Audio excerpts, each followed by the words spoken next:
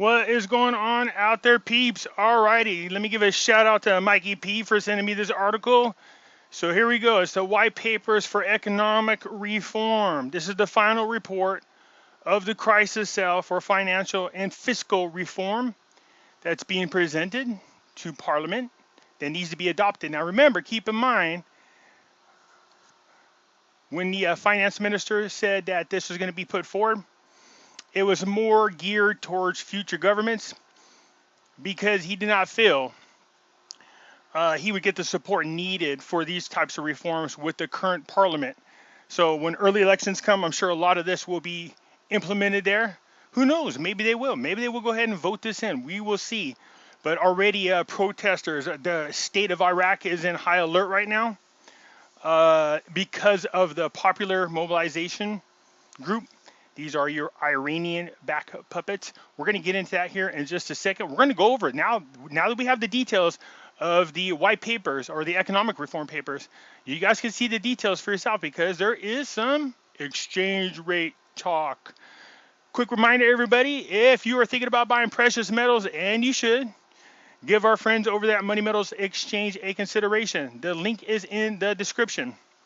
If you buy more than $100 worth of precious metals and you're a first-time buyer, use promo code Pimpy, P-I-M-P-Y, and you will get a free half ounce of silver. You guys know I'm not on Facebook right now. I don't know how long I'll be off. I'll check from time to time. Maybe they'll enable me instead of disabling me. All right, you guys. But you guys know I'm over here on Twitter. Come join me over here. The link is in the description. And again, a shout out to Lee Hemmings and Charlie. I appreciate this, you guys. They have the Jacera Club. Just in case, for whatever reason, I get kicked off these platforms like YouTube or I get kicked off of Twitter as well. You guys can come over to this link. You can come down. You can see my profile. You can click it. There's other people on there. Feel free to check everybody out. In here, you have my profile, and here's all my videos. All right, you guys? So you can share them on all these different platforms if you want to. I highly recommend that you sign up for the newsletter. I think it's really important in case something does happen to me and you can't find me. They'll let you know through the newsletter where I can be found. So just go ahead and sign on up. All right. So we're going to get into the white papers. All right. So the white paper for economic reforms, vision and key objectives. As you can see, that little bad boy came out today. All this stuff up here on the top, I already talked about in other videos. As a matter of fact, the wording is exactly from a lot of those articles. This top part explaining why it is they needed to do these reform papers. It goes on to talk about the decades of corruption, war, dealing with ISIS, the whole 9 yards, and then where they are today, dealing with the Rona, and of course the demand for oil has dropped. So this contributes to where they are today and the problems that they're having. We've already discussed all of these. So we are going to start right here where it says the expansion of the role of the state. The white papers identified the expansion of the role of the state and emergence of a command economy in Iraq as a key cause of the crisis. For the nationalization of the vital economic sectors in 1970s to the commanding of all economic levers by the state to support the war efforts in 1980s. Through this period of sanctions imposed on Iraq in 1990s, these shocks, as well as the absence of strategic planning, mismanagement, and not just that, mismanagement, corruption, everything like that, as we all know, has contributed to where they are today in their economy. So the Iraqi economy continued to directed by the state. So yeah, it's a version of socialism when the state takes control of your companies that produce. That's socialism. That's where they're trying to take us here in the United States. And you can see it doesn't work. The Iraqi economy continued to be directed by the state after the events of 2003 because of the failure of the new political system to create a free and diversified modern economy as outlined in Iraq's constitution, and instead to continue to rely on the state as the almost only driver of economic activity in the country, which is bad. You know what I mean? You have to have a private sector and you have to have a public sector in there bringing money in there. In other words, outside investors. So let's just get past this because we already know all this, and it talks about the different salaries and the decline in the private sector. We know that.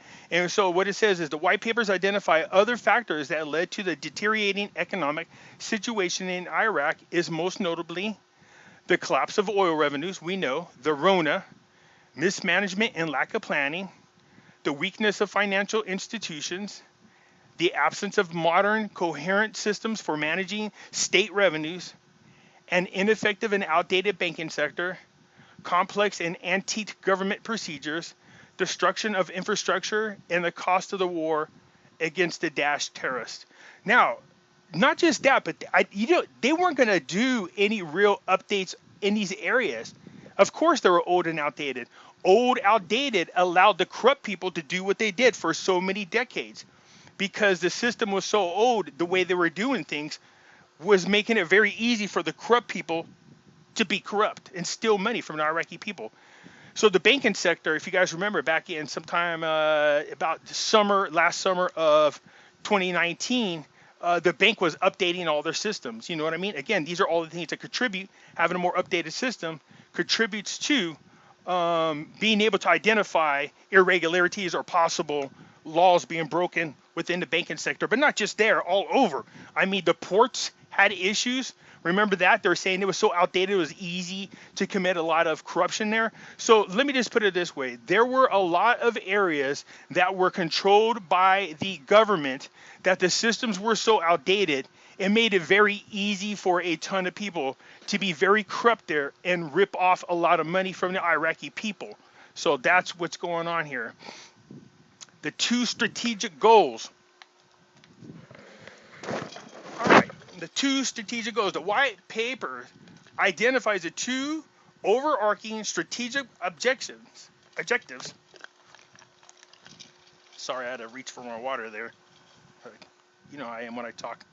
Anyways, the first is to initiate an immediate reform program to address the budget deficit, to create a physical space to give time for the process of implementing the other wider reforms over the medium term. The second objective is to put the economy and the federal budget on a sustainable path, after which Iraq can decide and choose the economic direction of the country. The white paper anticipates that the short and medium term objectives and associated reforms will require between 3 to 5 years to implement. Okay?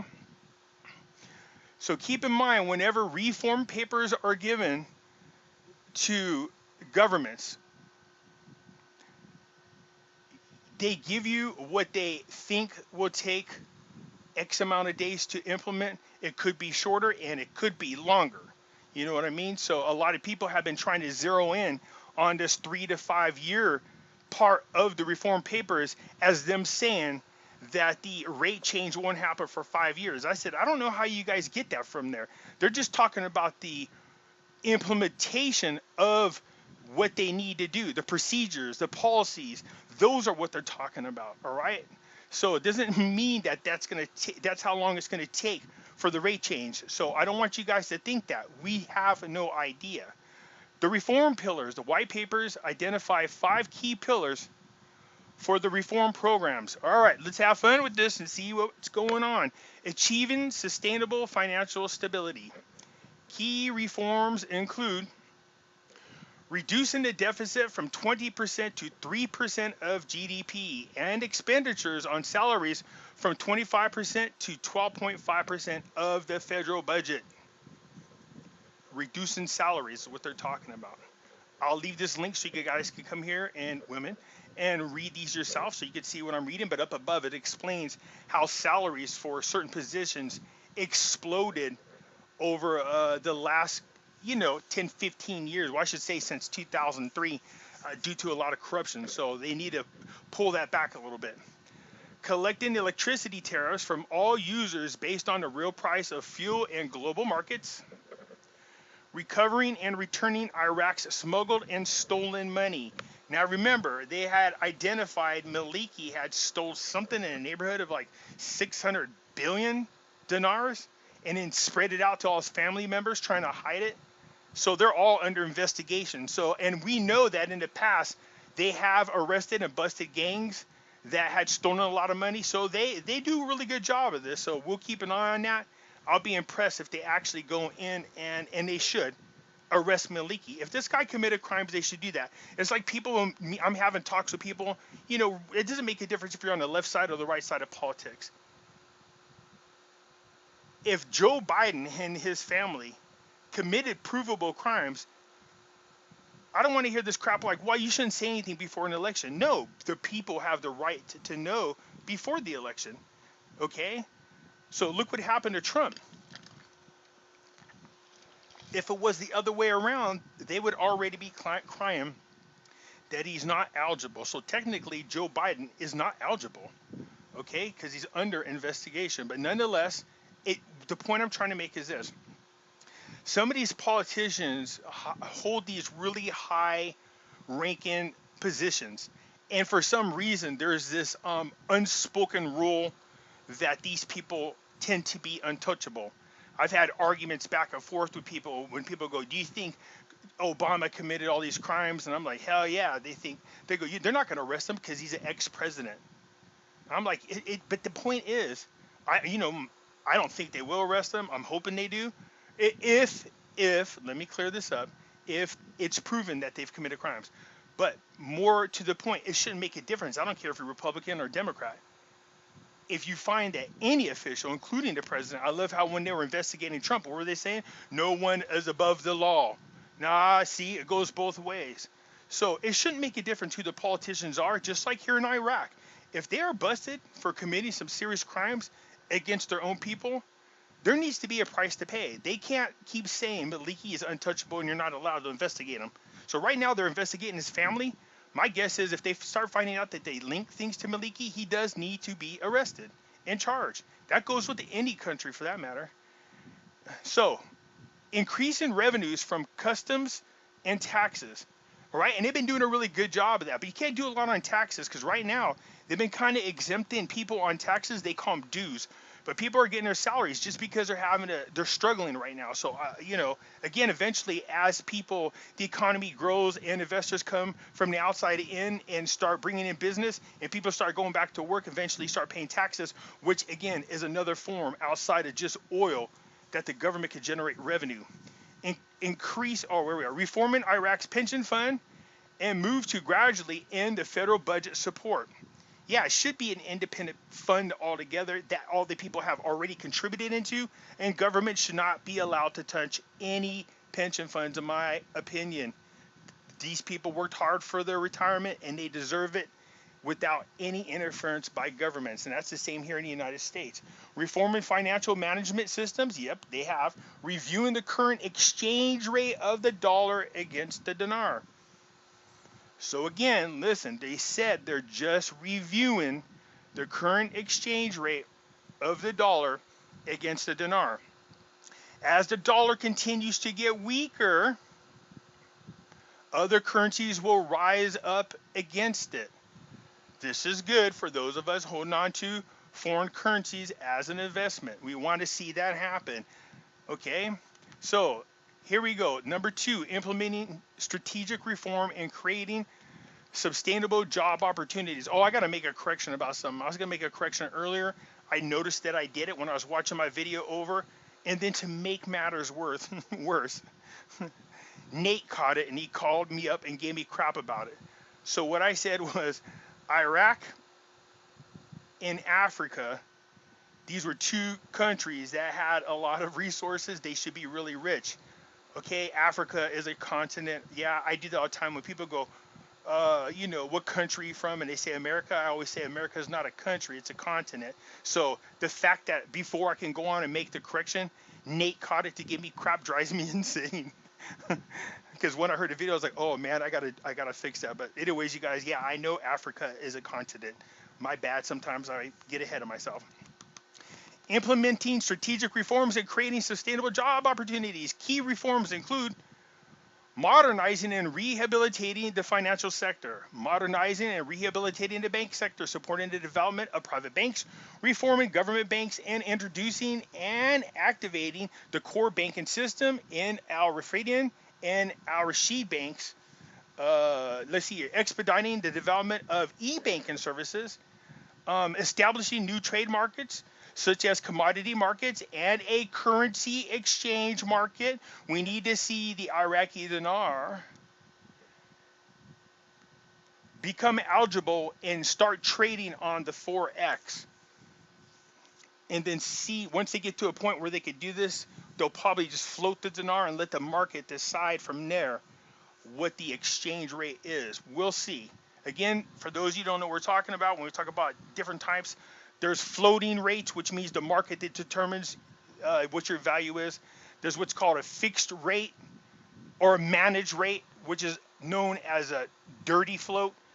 In other words, the market does determine the value of the exchange rate of the currency, but if it goes too far in one direction or another, the bank has a right to fix the currency so that it doesn't go too far one way or too far another. Basically, like it says, it's a managed float. And then the other one is just having it fixed. It's pegged to something. Right now, the dinar is pegged to the US dollar, but that's going to become a problem as the US dollar starts to drop in value. That's going to affect the Iraqi dinar. They can't have that, nor do they need that kind of crap happening to them right now. What does that mean for us? That's good news.